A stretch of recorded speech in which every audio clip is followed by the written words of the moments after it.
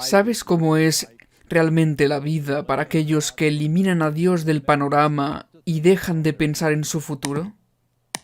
Un filósofo de la Universidad de Oxford, miembro del Parlamento británico y un escritor bien conocido en sus propias palabras, la vida era genial, con un pequeño problema. Cito, en medio de todo estaba abrumado, casi literalmente por una sensación de mortalidad. El darme cuenta me golpeó como una grúa de demolición, ya que inevitablemente iba a morir.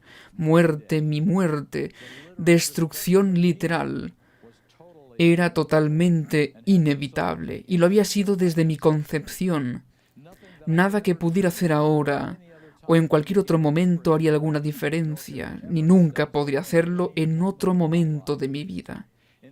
A los ojos de la eternidad, la vida humana es apenas un parpadeo.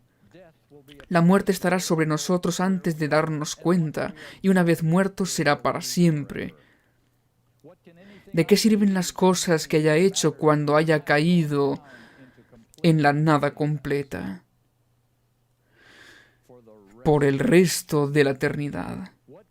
¿Qué importan las cosas que otros hagan cuando ellos también sean nada por la eternidad? Si el vacío es el destino permanente de todos nosotros, todos los valores y toda cosa significante son simples pretensiones, con el propósito de continuar nuestro pequeño juego humano, como niños disfrazados.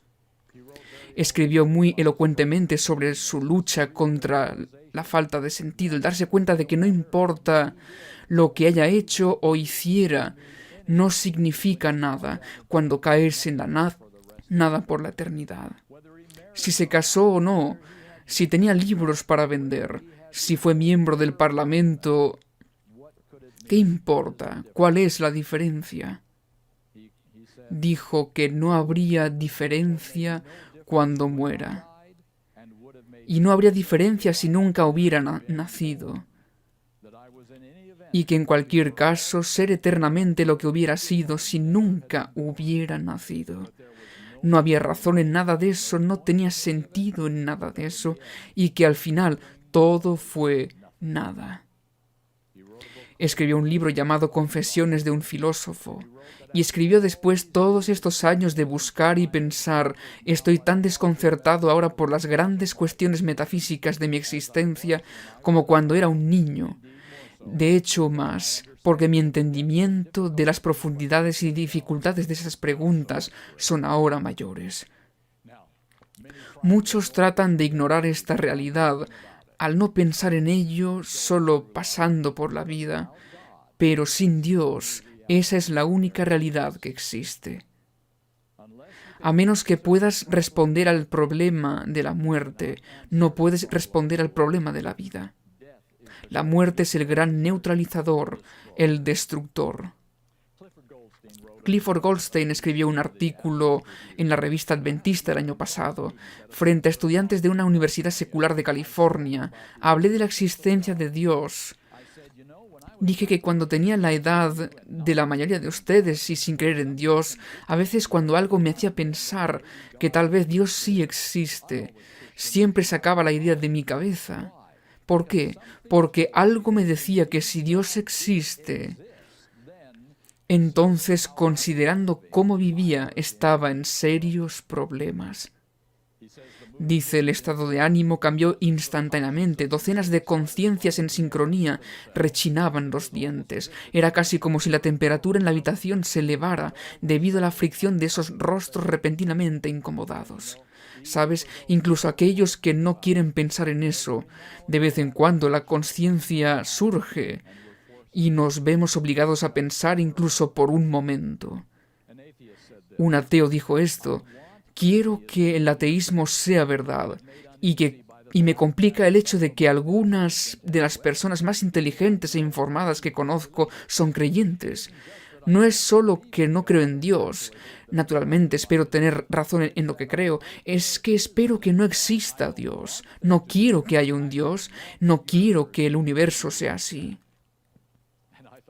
Creo que es una admisión increíblemente honesta, porque si Dios existe, eso viene con implicaciones morales. Si Dios existe, entonces hay un poder moral trascendente que tendremos que enfrentar. Y la mayoría de la gente siente que no están listos para lidiar con eso. La verdadera razón por la que ha llegado a ser tan popular en nuestro mundo la evolución es porque ofrece un escape temporal de una conciencia incomodada. Y Pablo escribió sobre esas personas. Está en el libro de los Romanos. Si estás escuchando esto en casa y quieres revisar tu Biblia y seguirla, te recomiendo que lo hagas. Romanos 1:20 al 22.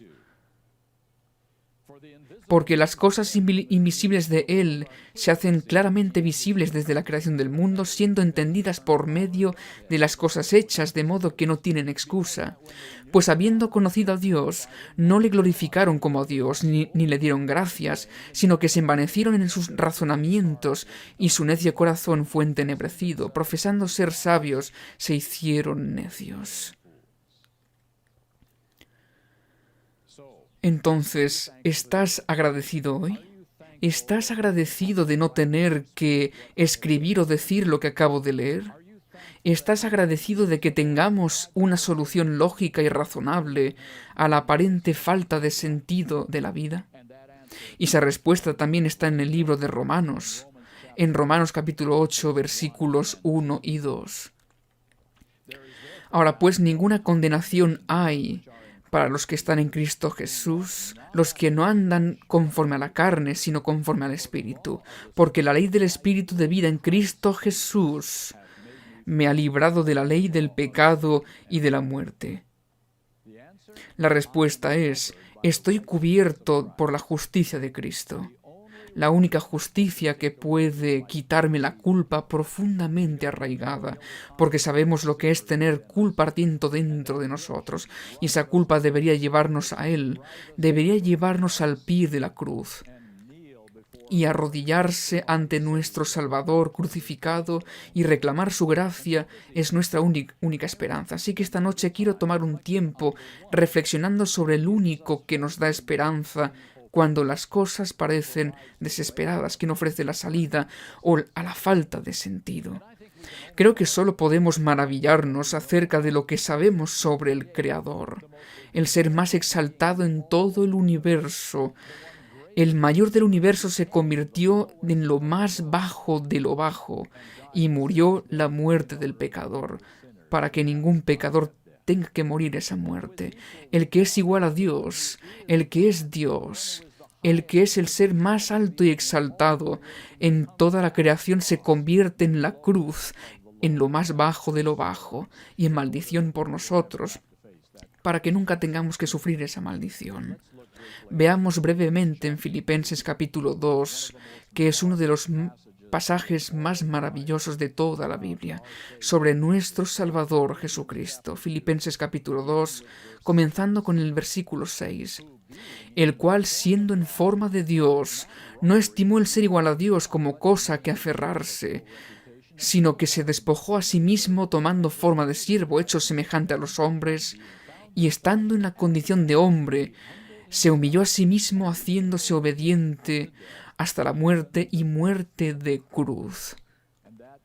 Y esa cruz no fue una muerte ordinaria, no fue una muerte de mártir, fue una experiencia totalmente diferente. Ellen White escribió esto en El deseado de todas las gentes, página 25. En Cristo llegamos a estar más íntimamente unidos a Dios que si nunca hubiésemos pecado. Al tomar nuestra naturaleza, el Salvador se vinculó con la humanidad por un vínculo que nunca se ha de romper. A través de las edades eternas queda ligado con nosotros. Dios había adoptado la naturaleza humana en la persona de su Hijo y la llevó al más alto cielo, y es el Hijo del Hombre quien comparte el trono del universo. Cristo no solo llevó nuestra humanidad, sino que mantendrá esa humanidad para siempre.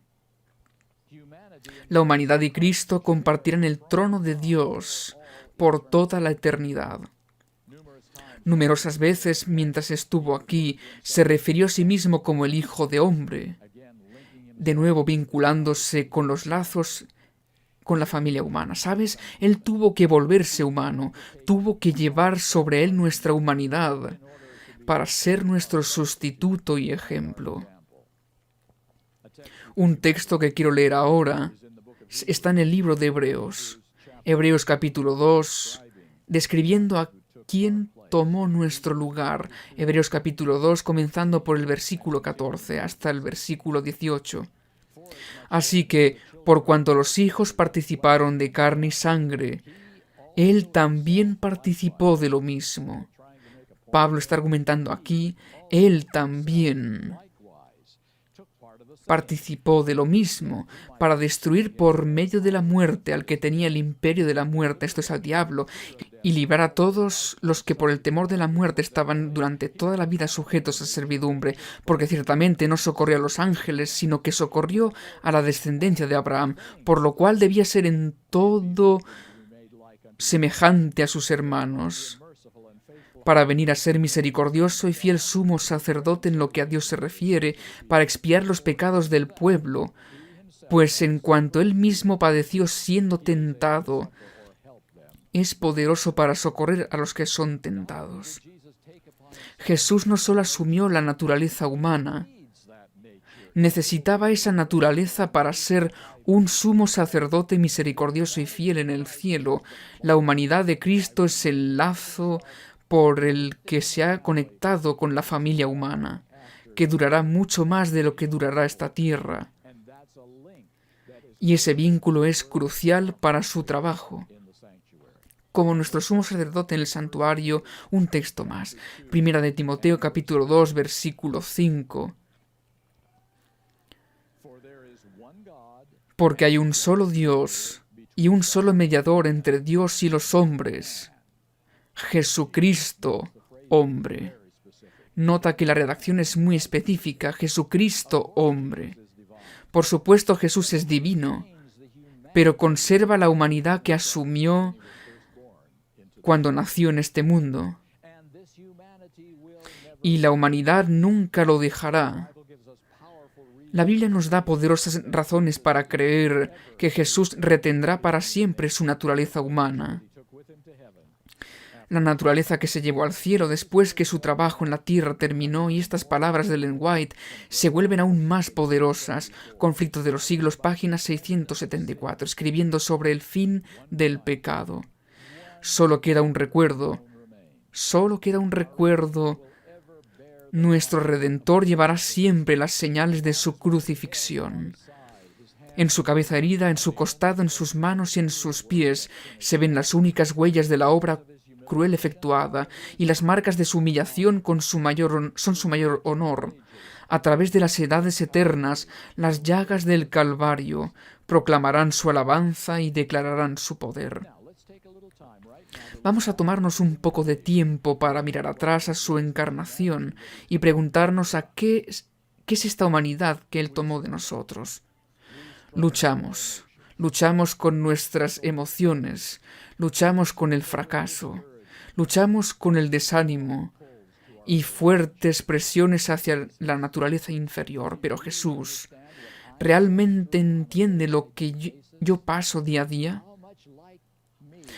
¿Cuánto se parece a mí realmente? Así que ahora vamos a revisar algunos textos bíblicos que son bastante interesantes sobre nuestro Salvador y su similitud con nosotros. El primero es Marcos capítulo 3 y los primeros 6 versículos. Marcos capítulo 3, comenzando con el versículo 1. Otra vez entró Jesús en la sinagoga y había un hombre, y tenía seca una mano, y le acechaban para ver si en el día de reposo le sanaría a fin de poder acusarle. Entonces dijo al hombre que tenía la mano seca: levántate y ponte en medio. Y les dijo: ¿es lícito en los días de reposo hacer bien o hacer mal, salvar la vida o quitarla? Pero ellos callaban. Entonces, mirándolos alrededor con enojo, entristecido por la dureza de sus corazones, dijo al hombre: extiende tu mano. Y él la extendió, y la mano le fue restaurada sana. Y salidos los fariseos tomaron consejo con los herodianos contra él para destruirle. Ahora seamos muy claros. Esto no es una rabieta. Cuando los mira con enojo, esto es el enojo legítimo, ya que el nombre de su padre está siendo deshonrado, y su dolor por su ceguera deliberada y su odio asesino. Probemos con otro. Estos son solo algunas páginas atrás. Mateo 26, 37 y 38. Esto es en el Getsemaní. Y tomando a Pedro y a los dos hijos de Zebedeo, comenzó a entristecerse y a angustiarse en gran manera. Entonces Jesús les dijo: mi alma está muy triste hasta la muerte. Quedaos aquí y velad conmigo. Y encontré una declaración muy interesante en el Antiguo Espíritu de Profecía, tomo 3, página 94. Los discípulos le habían visto deprimido con frecuencia. Así que desanimarse por no ver las cosas que te gustaría ver desanimaba a Cristo. Entonces está Juan capítulo 13. Estamos preguntando cuánto se parecía a nosotros en su diario vivir. Juan 13, versículo 21. Habiendo dicho Jesús esto, se conmovió en espíritu y declaró y dijo: de cierto os digo, que uno de vosotros me va a entregar. Ahora, esa palabra de que estaba turbado en espíritu es la misma emoción que los discípulos sintieron al ver a Jesús caminando en el agua y no sabían quién era. Es la misma emoción que sintió Herodes cuando los magos preguntaron por un rey recién nacido. La palabra significa ansiedad o incertidumbre o miedo. Jesús no sabía lo que le deparaba el futuro, excepto cuando el Padre le revelaba partes.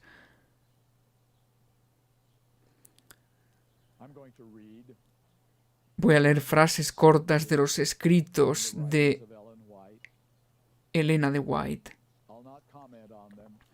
No los voy a comentar, solo quiero que los escuchen. Él sentía toda la fuerza de la pasión de la humanidad. En Lugares Celestiales, página 155. Bendijo a los niños que poseían pasiones como las suyas. Sense of the Times, 19 de abril de 1896. En su humanidad, el Hijo de Dios luchó con las mismísimas, terribles, aparentemente y abrumadoras tentaciones que asaltan al hombre. Mensajes Selectos, tomo 1, página 95. Él sabe cuán fuertes son las inclinaciones del corazón natural. Testimonios, tomo 5, página 177. Sabe por experiencia lo que es la flaqueza humana y en qué consiste la fuerza de nuestras tentaciones. Ministerio de Curación, página 71. En una carta que le escribió a su sobrino de 18 años, dice: Jesús pasó por las circunstancias por las que usted pasa ahora. Él está relacionado con sus tentaciones. Su mente, como la vuestra, podía ser atormentada y quedar perpleja. Vosotros no tenéis una dificultad que no haya gravitado con el mismo peso sobre él. Sus sentimientos puedan ser heridos por el descuido y la indiferencia de sus amigos profesos, tan fácilmente como los vuestros. Nuestra alta vocación, página 57 a la 59. ¿Suena eso como alguien que experimentó realmente la forma en que vivimos las incertidumbres y los miedos? Volvamos a Hebreos, capítulo 4, versículos 15 y 16. Porque no tenemos un sumo sacerdote que no pueda compadecerse de nuestras debilidades, sino uno que fue tentado en todo según nuestra semejanza, pero sin pecado. Acerquémonos, pues, confiadamente al trono de la gracia, para alcanzar misericordia y hallar gracia para el oportuno socorro. Ese es el verdadero problema. Nos damos cuenta de cuán completamente humano fue Jesús, lo bien que conoce nuestras luchas, por lo tanto podemos acercarnos con valentía al trono de la gracia porque podemos hablar con Él de cualquier cosa. Él ya lo experimentó y entiende nuestras luchas, sabe por lo que estamos pasando. Ahora, después de 33 años de esta experiencia diaria, Cristo llega al momento más difícil de toda su eterna existencia. Lo leímos en el libro de Mateo. Volvamos allí. Mateo capítulo 26 y el versículo 39.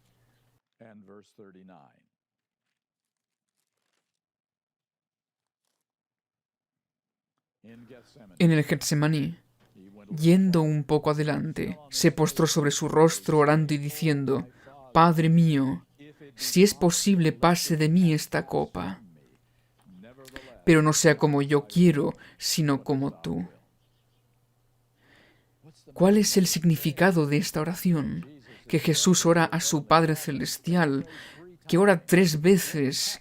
¿A qué copa le tiene miedo mortal? ¿Qué está sucediendo aquí? Que es totalmente diferente a cualquier otra cosa que haya experimentado en su vida. En Testimonios, tomo 2, página 214, algunos tienen opiniones limitadas acerca de la expiación.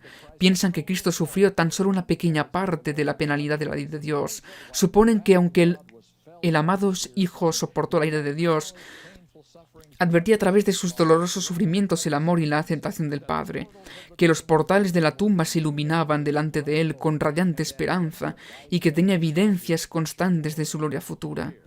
Este es un gran error. El destino final de los perdidos, como todos sabemos, es la segunda muerte. ¿Y qué es la segunda muerte? No tiene nada que ver con arder. Hay algo mucho más aterrador. El horror de la segunda muerte es la chocante comprensión de que se dejará de existir. Su sufrimiento incluye pensamientos agonizantes e implacables de cómo sus pecados los han llevado hasta donde están, consumidos con sentimientos intolerables de desolación implacable, sabiendo que están perdidos para siempre y que no hay nada que se pueda hacer para detener su destrucción, nadie que pueda venir en su ayuda para detener el cumplimiento de la sentencia. Saben que van a morir solos y dejarán de existir para siempre. Este precio inimaginable fue el precio pagado por nuestra salvación, amigos y amigas. El párrafo más increíble que creo haber leído en el libro del deseado de todas las gentes está en la página 753. Mientras estaba en la cruz, el Salvador no podía ver a través de los portales de la tumba. La esperanza no le presentaba su salida del sepulcro como vencedor. Ni le hablaba de la aceptación de su sacrificio por el Padre. Temía que el pecado fuese tan ofensivo para Dios que su separación resultase eterna.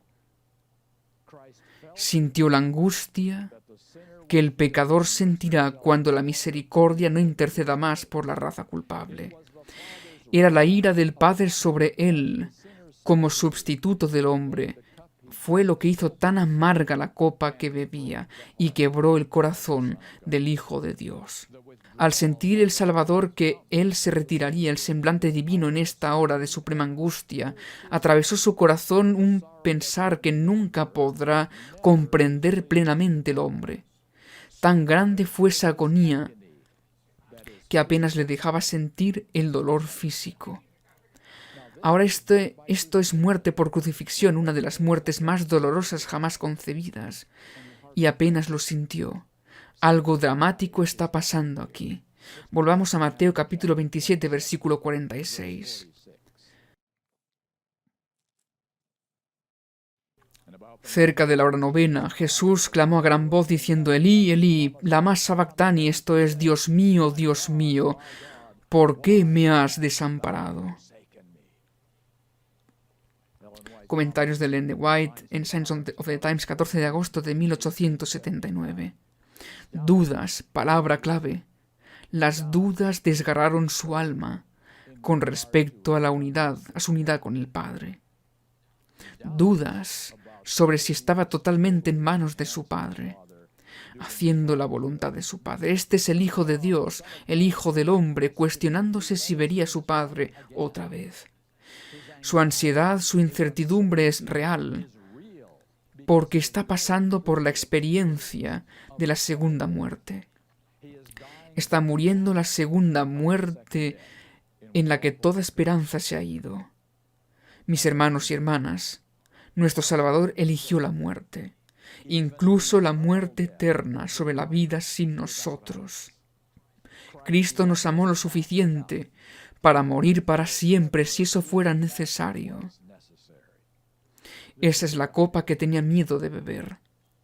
Hay otro aspecto que no se valora completamente. ¿Dónde estuvo el Padre durante esta experiencia? ¿Qué estaba pasando allí? A partir de Manuscritos Liberados, tomo 12, página 407, en la hora más oscura, cuando Cristo soportaba el mayor sufrimiento que Satanás podía hacerle para torturar a su humanidad, su Padre le ocultó su rostro de amor, consuelo y piedad. En esta prueba su corazón se rompió. Durante esas horas de la tarde, el Padre estaba allí, estaba al lado de su Hijo, pero debido al pacto que había hecho en el pasado eterno, el Padre debía ocultar su presencia de Jesús. Durante su sufrimiento, no le debía tender la mano a Jesús porque la salvación de la raza humana dependía del control del Padre en ese momento. El Padre debía ejercer una moderación divina infinita para controlar su infinito deseo piadoso de extender sus brazos y ayudar a su Hijo moribundo y asustado que sufre. Jesús no debía tener conciencia de la presencia del Padre, ni el lazo eterno de amor que había entre ellos desde la eternidad, porque Jesús estaba muriendo la segunda muerte, la que no tiene esperanza. El amor divino del Padre para ti y para mí contuvo el impulso abrumador del Padre por ayudarlo y sostener a Jesús en sus brazos y asegurarle que estaba con él en ese momento. Pero Dios no podía, no lo haría, porque todos nos hubiéramos perdido. Qué dolor debió soportar el Padre en su corazón, viendo a su amado e inocente Hijo, sintiendo que había sido abandonado y lo dejó solo. Cómo el Padre retuvo su mano divina será el estudio de los redimidos por toda la eternidad. A veces olvidamos que la expiación es el sufrimiento de la divinidad. El Padre, el Hijo y el Espíritu Santo compraban nuestra redención. Ha habido solo una vez en toda la eternidad que hubo una ruptura de la divinidad. Solo una vez el vínculo eterno entre ellos fue cortado. Solo una vez el trío eterno fue obligado a experimentar el abandono total y la separación, una separación que literalmente rompió el corazón del Hijo de Dios. En Manuscritos Liberados, página 93 de 1899, era necesario que las terribles tinieblas se cernieran sobre su alma a causa de la retirada del amor y el favor del Padre. Pues estaba en el lugar del pecador, y esta oscuridad la debe experimentar todo pecador. El corazón de Dios anhelaba con el mayor dolor cuando su Hijo, el que no tenía culpa, sufría el castigo del pecado. Esta separación de los poderes divinos no volverá a producirse en las edades eternas. Y recuerda, a lo largo de toda esta experiencia donde Jesús tuvo que tomar decisiones, no se salvó a sí mismo, incluso cuando temía perderse para siempre. Sabía que podía gritar «Basta, que la raza pecadora perezca» y cada ángel en el cielo vendría a su rescate. Recuerda que este es Dios, nuestro Creador. Nunca hubo un momento en el que Él no existiera. Pero si Jesús hubiera bajado de la cruz y se salvaba a sí mismo, la raza humana se habría perdido. Y por supuesto, mientras colgaba de la cruz, Satanás continuó tentándolo, lanzándole pensamientos desalentadores, tales como habrá muy pocos que aceptarán tu muerte. ¿Por qué molestarse? No vale la pena el sufrimiento, nadie le importa, estás desperdiciando tu vida y muerte por personas que ni siquiera se preocupan por ti en absoluto, son una raza ingrata de gente malvada, déjalos perecer, ríndete, baja de la cruz y sálvate a ti mismo. El dolor emocional que el Hijo de Dios soportó al sentir la desaprobación de su Padre por la inmundicia y vergüenza de los pecados del mundo que descansaban sobre sus hombros, de la angustia de un alma en ausencia de misericordia y no poder sentir la presencia de su Padre. Esto es lo que rompió el corazón del Hijo de Dios, literal y completamente. Muy simple. Jesús eligió la muerte sobre la vida sin nosotros. No quería ser Dios si no podíamos estar con Él. Dios eligió no existir para siempre, si eso es lo que haría falta para que nosotros vivamos para siempre. ¿Ves por qué la prueba de la cruz fue la mayor victoria que este universo ha presenciado o alguna vez verá? La muerte de Jesús fue la muerte por fe y su victoria. A lo largo de las horas más oscuras de su existencia en la cruz, Jesús tuvo que confiar en su anterior conocimiento de su relación con su Padre, y eso fue lo que lo sostuvo. Mientras soporto el sentimiento de desaprobación de Dios y separación, estoy tan contento de que el deseado de todas las gentes, página 753, continúa solo 3 páginas después, en la página 756, entre las terribles tinieblas aparentemente abandonado de Dios, Cristo había apurado las últimas heces de la copa de la desgracia humana. En esas terribles horas había confiado en la evidencia que antes recibiera de que era aceptado por su Padre. Conocía el carácter de su Padre, comprendía su justicia, su misericordia y su gran amor. Por la fe, confió en aquel a quien había sido siempre su placer obedecer, y mientras sumiso se confiaba a Dios, desapareció la sensación de haber perdido el favor de su Padre. Por la fe, Cristo venció. Estoy tan contento de que el Padre le permitió tener esa seguridad al final de que había ganado y que la victoria era suya.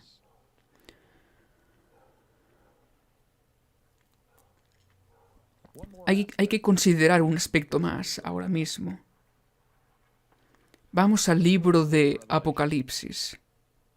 ¿Cómo podemos traer esa experiencia en nuestro tiempo y darle sentido?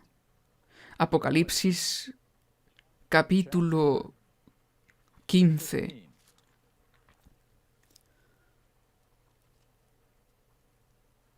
Versículo 2.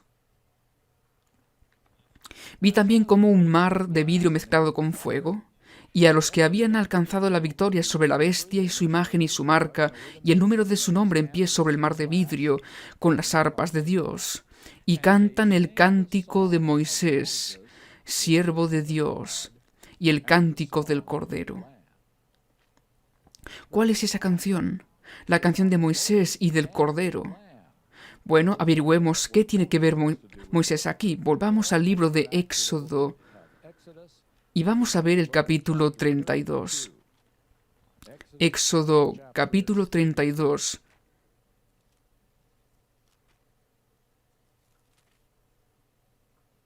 Y el versículo 10. Dios dice: ahora pues déjame que se encienda mira en ellos y los consuma, y de ti yo haré una nación grande, es decir, Moisés. Así Dios amenaza con destruir a Israel y empezar de nuevo con Moisés. Hagamos esto bien, hagámoslo mejor.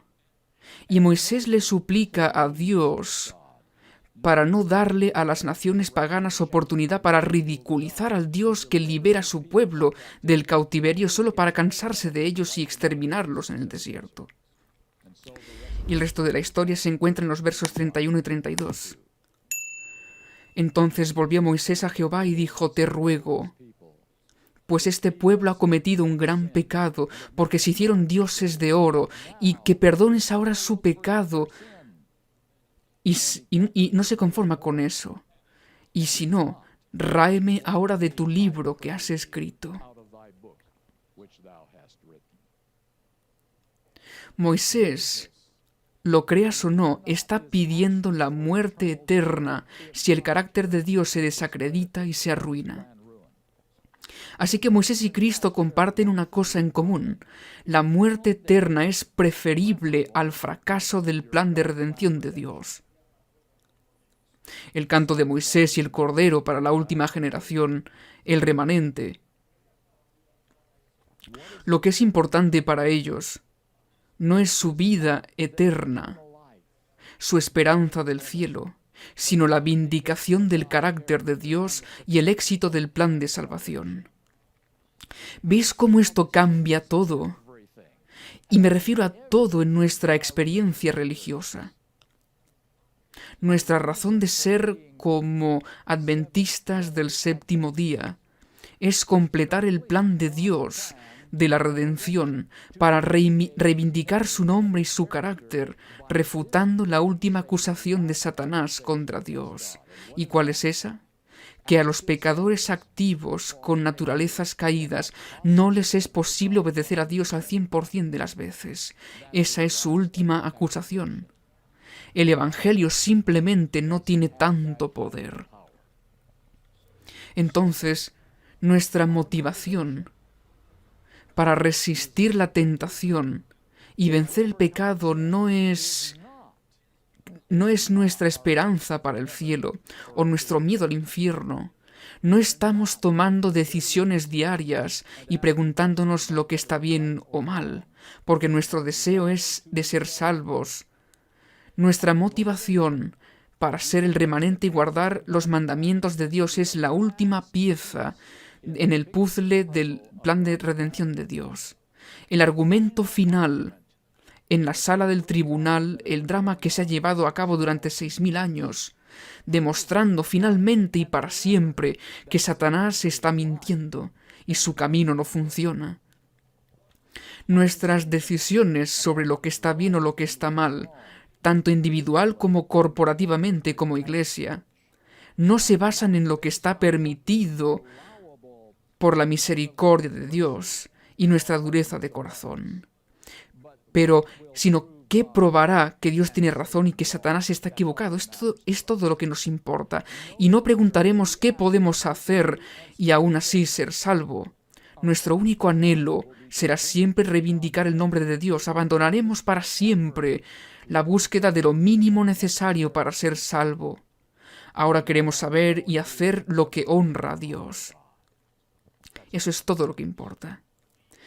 Después del cierre de la gracia pasaremos por miedo y ansiedad, pero no será miedo a que nos perdamos. Temeremos estar tergiversando a Dios de alguna manera. Ese es el miedo que tendremos como lo tuvo Jesús. Cuando llegamos al punto, mis amigos, que preferiríamos ser borrados del libro de la vida y entrar en la eterna inexistencia que empañar el nombre de Dios de alguna manera, entonces aprenderemos la canción de Moisés y del Cordero. Una canción que ninguna otra generación se le ha pedido que aprenda, y ninguna otra generación la aprenderá jamás. El canto de los 144.000 que siguen al Cordero exclusivamente, sin más incursiones a la tierra de Satanás, ya sea sabiendas o lo creas o no, sin saberlo. Y por eso mi única esperanza y deseo ferviente es que esta generación aquí y ahora, aprenderá esa canción, ese himno, y contemplará el puzzle de la salvación de Dios, sin más cabos sueltos o piezas que no encajan. Eso es lo que el adventismo fue llamado a ser y hacer. Dios ha salvado a la gente a lo largo de los siglos. Él no nos necesita para hacer ese trabajo, un poco más. Este es un mensaje diferente, un llamado diferente y un pueblo diferente, que terminará el puzzle de la salvación por toda la eternidad. Y aún nuestro trabajo no está hecho, porque una vez que hemos caminado con Dios sobre el mar de vidrio, seremos enviados a otra misión. Iremos a todos los mundos no caídos y a contarles nuestra historia. En el peor caso de todas las posibles situaciones, Dios proporcionó inimaginable ayuda y poder y fuerza. Y ahora el universo está seguro por el resto de la eternidad, debido a esta demostración final. Eso es el adventismo, amigos. Eso es lo que el adventismo siempre ha sido y siempre será. Oremos. Padre Celestial, estamos tan agradecidos de que no tenemos que hablar las palabras del filósofo, que no encontró ningún propósito ni significado en nada de lo que hizo, pero gracias a la venida de Jesucristo a este mundo, y que murió la segunda muerte, la lucha por la separación, porque estaba dispuesto a hacer todo lo necesario para reivindicar el nombre de su Padre, que tenemos la oportunidad de hacer lo mismo, que tendremos esta oportunidad, y lo único que importa es completar el puzzle.